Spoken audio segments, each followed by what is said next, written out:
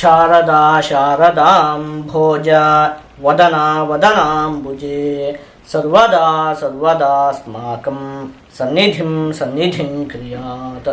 ಸಮಸ್ತ ವೀಕ್ಷಕರಿಗೂ ಜೂನ್ ತಿಂಗಳ ಮೇಷರಾಶಿಯ ಮಾಸ ಭವಿಷ್ಯದ ಕಾರ್ಯಕ್ರಮಕ್ಕೆ ಸುಸ್ವಾಗತ. ನಾವು ಮೊದಲಿಗೆ ಈ ಮಾಸದಲ್ಲಿ ನಡೆಯುವಂತಹ ಗ್ರಹಗಳ ಬದಲಾವಣೆಗಳ ಬಗ್ಗೆ ತಿಳಿದುಕೊಳ್ಳೋಣ.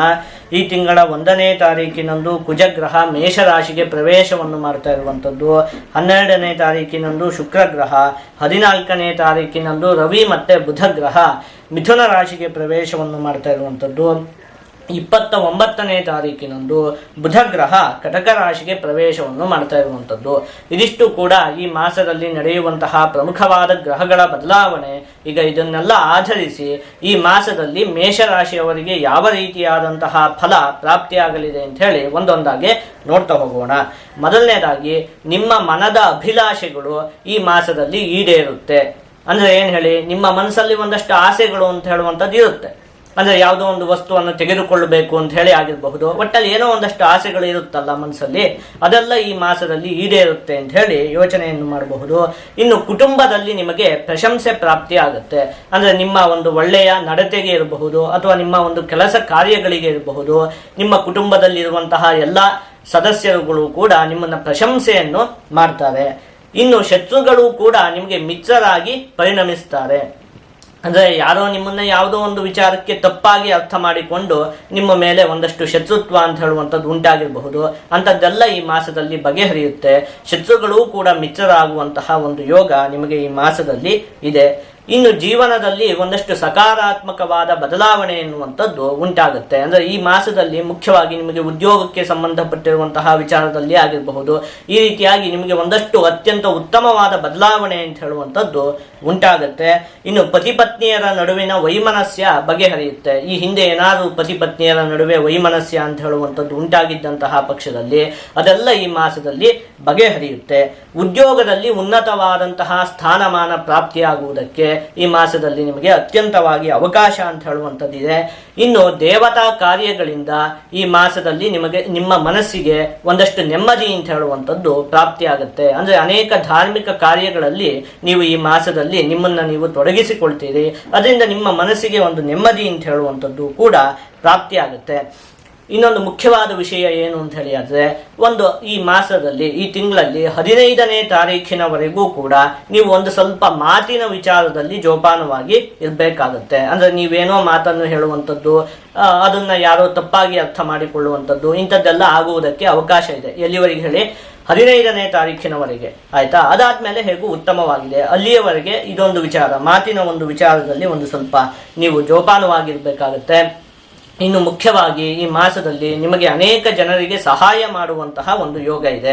ಅಂದ್ರೆ ಯಾರೋ ಕಷ್ಟದಲ್ಲಿ ಇರುವವರಿಗೆ ಸಹಾಯವನ್ನು ಮಾಡುವಂಥದ್ದು, ಇಂಥದ್ರಲ್ಲೆಲ್ಲ ನಿಮ್ಮನ್ನು ನೀವು ಈ ಮಾಸದಲ್ಲಿ ತೊಡಗಿಸಿಕೊಳ್ತೀರಿ. ಈ ಒಂದು ವಿಚಾರ ಯಾವ್ದು ಹೇಳಿ, ಅಗ್ನಿಗೆ ಸಂಬಂಧಪಟ್ಟಿರುವಂತಹ ವಿಚಾರದಲ್ಲಿ ನೀವು ಒಂದು ಸ್ವಲ್ಪ ಜೋಪಾನವಾಗಿ ಇರಬೇಕಾಗುತ್ತೆ. ಅಂದ್ರೆ ಈ ಅಡುಗೆಯನ್ನು ಮಾಡುವಂತಹ ಸಂದರ್ಭದಲ್ಲಿ ಆಗಿರಬಹುದು, ಅಥವಾ ಅಗ್ನಿಯ ಜೊತೆ ಕೆಲಸವನ್ನು ಮಾಡುವಂತಹ ಸಂದರ್ಭದಲ್ಲಿ, ಆಯ್ತಾ, ಆ ಒಂದು ಸಂದರ್ಭದಲ್ಲಿ ನೀವು ಈ ಮಾಸದಲ್ಲಿ ಒಂದು ಸ್ವಲ್ಪ ಜೋಪಾನವಾಗಿರ್ಬೇಕಾಗುತ್ತೆ. ಒಟ್ಟಲ್ಲಿ ಬೆಂಕಿಗೆ ಸಂಬಂಧಪಟ್ಟಿರುವಂತಹ ಕೆಲಸ ಮಾಡುವಂತಹ ಸಂದರ್ಭದಲ್ಲಿ ಒಂದು ಸ್ವಲ್ಪ ಜೋಪಾನವಾಗಿರ್ಬೇಕಾಗುತ್ತೆ. ಅದೊಂದು ವಿಚಾರದಲ್ಲಿ ಜೋಪಾನವಾಗಿದ್ದಂತಹ ಪಕ್ಷದಲ್ಲಿ ಮತ್ತೇನು ಈ ಮಾಸದಲ್ಲಿ ಸಮಸ್ಯೆ ಇಲ್ಲ. ಎಲ್ಲಾ ವಿಚಾರದಲ್ಲಿಯೂ ನಿಮಗೆ ಅಭಿವೃದ್ಧಿ ಎನ್ನುವಂಥದ್ದೇ ಉಂಟಾಗುತ್ತೆ. ಇನ್ನು ರವಿಗ್ರಹ ನಿಮಗೆ ಈ ಮಾಸದಲ್ಲಿ ತೃತೀಯ ಭಾವದಲ್ಲಿ ಸ್ಥಿತವಾಗಿ ಅದರಿಂದ ಕೂಡ ನಿಮಗೆ ಅನೇಕ ವಿಧವಾದ ಉತ್ತಮವಾದ ಫಲ ಅಂತ ಹೇಳುವಂಥದ್ದು ಪ್ರಾಪ್ತಿಯಾಗುತ್ತೆ. ಅವಾಗ ಈ ರೀತಿಯಾಗಿ ಹೇಳಿರುವಂಥದ್ದು ಏನು, ಆರೋಗ್ಯಂ ನಿತ್ಯ ಸಂತೋಷಂ ಬಂಧುಮಿಚ್ಚ ಸಮಾಗಮಂ ಅರ್ಥಲಾಭಾದಿ ಸನ್ಮಾನಂ ಇಷ್ಟಸಿದ್ಧಿ ಸ್ತುತೀಯಕೆ ಅಂತ ಹೇಳಿರುವಂಥದ್ದು. ಏನೇನಾಗುತ್ತೆ, ಆರೋಗ್ಯಕ್ಕೆ ಸಂಬಂಧಪಟ್ಟಿರುವಂತಹ ವಿಚಾರದಲ್ಲಿ ಉತ್ತಮತೆ ಅಂತ ಹೇಳುವಂಥದ್ದು ಉಂಟಾಗುತ್ತೆ. ಇನ್ನು ನಿತ್ಯ ಸಂತೋಷಂ, ಪ್ರತಿದಿನವೂ ಕೂಡ ಸಂತೋಷ ಅಂತ ಹೇಳುವಂಥದ್ದು ನಿಮಗೆ ಉಂಟಾಗುತ್ತೆ. ಬಂಧುಮಿಚ್ಚ ಸಮಾಗಮಂ, ಏನು ಬಂಧುಗಳನ್ನೆಲ್ಲ ಭೇಟಿ ಮಾಡ್ತೀರಿ. ಅದಾದ್ಮೇಲೆ ಸ್ನೇಹಿತರ ಒಂದು ಸಮಾಗಮ ಅಂತ ಹೇಳುವಂಥದ್ದು ಉಂಟಾಗುತ್ತೆ. ಅಂದ್ರೆ ಮನೆಗೆ ಒಂದಷ್ಟು ಬಂಧುಗಳು ಬರುವಂಥದ್ದು ಇರಬಹುದು, ಅಥವಾ ಕೆಲವೊಂದಷ್ಟು ಸ್ನೇಹಿತರನ್ನು ಭೇಟಿ ಮಾಡಿ ತುಂಬಾ ದಿನಗಳು ಆಗಿದ್ದಂತಹ ಪಕ್ಷದಲ್ಲಿ ಅವರನ್ನು ಭೇಟಿ ಮಾಡುವಂಥದ್ದು, ಇಂಥದ್ದೆಲ್ಲ ಉಂಟಾಗುತ್ತೆ. ಇನ್ನು ಅರ್ಥಲಾಭಾದಿ ಸನ್ಮಾನಂ, ಏನು ಹಣಕಾಸಿನ ವಿಚಾರದಲ್ಲಿ ಅತ್ಯಂತ ಉತ್ತಮವಾಗಿ ಲಾಭ ಅಂತ ಹೇಳುವಂಥದ್ದು ಉಂಟಾಗುತ್ತೆ. ನಿಮಗೆ ಒಂದಷ್ಟು ಸನ್ಮಾನಗಳು ಕೂಡ ಪ್ರಾಪ್ತಿಯಾಗುತ್ತೆ. ಮುಖ್ಯವಾಗಿ ಇಷ್ಟಸಿದ್ಧಿ, ಅದನ್ನೇ ನಾನು ಈ ಹಿಂದೆ ಹೇಳಿದ್ದು. ಏನ್ ಹೇಳಿ, ನಿಮ್ಮ ಮನಸ್ಸಲ್ಲಿ ಏನೋ ಒಂದಷ್ಟು ಆಸೆಗಳೆಲ್ಲ ಇರುತ್ತೆ, ಅದೆಲ್ಲ ಈ ಮಾಸದಲ್ಲಿ ಏನಾಗುತ್ತೆ, ಸಂಪೂರ್ಣಗೊಳ್ಳುತ್ತೆ, ಆ ಆಸೆಗಳೆಲ್ಲ ನೆರವೇರುತ್ತೆ ಅಂತ ಹೇಳಿ ಯೋಚನೆಯನ್ನು ಮಾಡಬಹುದು. ಇಷ್ಟಸಿದ್ಧಿ ಅಂತ ಹೇಳುವಂಥದ್ದು ಈ ಮಾಸದಲ್ಲಿ ನಿಮಗೆ ಉಂಟಾಗುತ್ತೆ. ಇದಿಷ್ಟು ಕೂಡ ಯಾಕೆ ಹೇಳಿ, ರವಿಗ್ರಹ ತೃತೀಯ ಭಾವದಲ್ಲಿ ಸ್ಥಿತವಾಗಿದೆಯಲ್ಲ, ಹಾಗಾಗಿ ನಿಮಗೆ ಅದರಿಂದ ಪ್ರಾಪ್ತಿಯಾಗುವಂತಹ ಅತ್ಯಂತ ಉತ್ತಮವಾದ ಫಲ. ಈಗ ಇದನ್ನೆಲ್ಲ ಆಧರಿಸಿ ಒಂದೊಂದೇ ವಿಚಾರದಲ್ಲಿ ಈ ಮಾಸದಲ್ಲಿ ನಿಮಗೆ ಯಾವ ರೀತಿಯಾದಂತಹ ಫಲ ಪ್ರಾಪ್ತಿಯಾಗಲಿದೆ ಅಂತ ಹೇಳಿ ನೋಡ್ತಾ ಹೋಗೋಣ. ಮೊದಲನೇದಾಗಿ ಆರೋಗ್ಯಕ್ಕೆ ಸಂಬಂಧಪಟ್ಟಿರುವಂತಹ ವಿಚಾರದಲ್ಲಿ ಈ ಮಾಸ ಅತ್ಯಂತ ಉತ್ತಮವಾಗಿದೆ, ನೀವೇನು ಯೋಚನೆ ಮಾಡುವಂತಹ ಅವಶ್ಯಕತೆ ಇಲ್ಲ.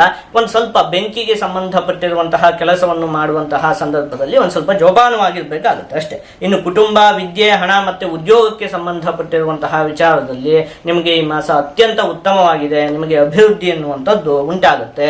ಮುಖ್ಯವಾಗಿ ಈ ಮಾಸದಲ್ಲಿ ನೀವು ಆದಷ್ಟು ಸುಬ್ರಹ್ಮಣ್ಯ ಸ್ವಾಮಿಯ ಒಂದು ಆರಾಧನೆಯನ್ನು ಮಾಡಬೇಕು. ಹಾಗೆ ಮಾಡುವುದರಿಂದ ನಿಮಗೆ ಇನ್ನೂ ಕೂಡ ಅಭಿವೃದ್ಧಿ ಎನ್ನುವಂಥದ್ದು ಉಂಟಾಗುತ್ತೆ.